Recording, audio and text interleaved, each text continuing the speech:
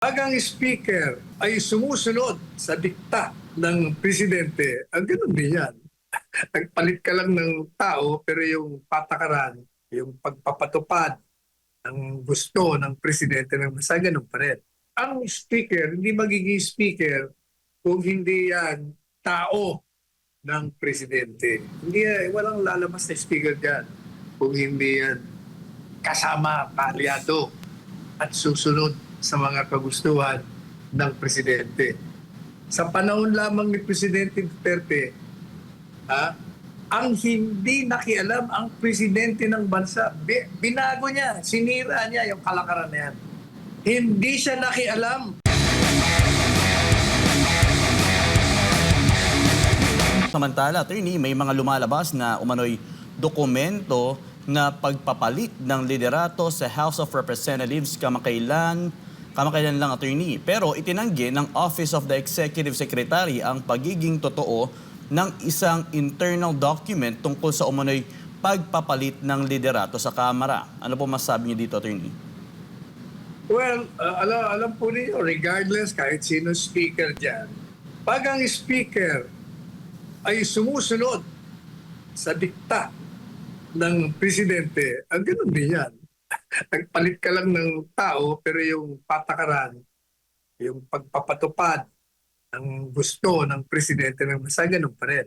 Kung magpapalit ka, kailangan yung hindi sumusunod sa kagustuhan, sa utos. Sa ngayon, kalakaran talaga dito sa ating bansa, ang speaker, hindi magiging speaker kung hindi yan tao ng presidente. Hindi, walang lalabas na speaker dyan kung hindi yan kasama, kaalyado at susunod sa mga kagustuhan ng presidente. Sa panahon lamang ni Presidente Duterte, ang hindi nakialam ang presidente ng bansa, binago niya, sinira niya yung kalakaran na yan. Hindi siya nakialam. Nung siya ay hiningan ng pag-ayos dun sa mga naglalaban. Natatanda mo yung Franco? Tatlo ang gustong kumandidatong speaker. Yes. Si Cayetano, sino pa yung isa?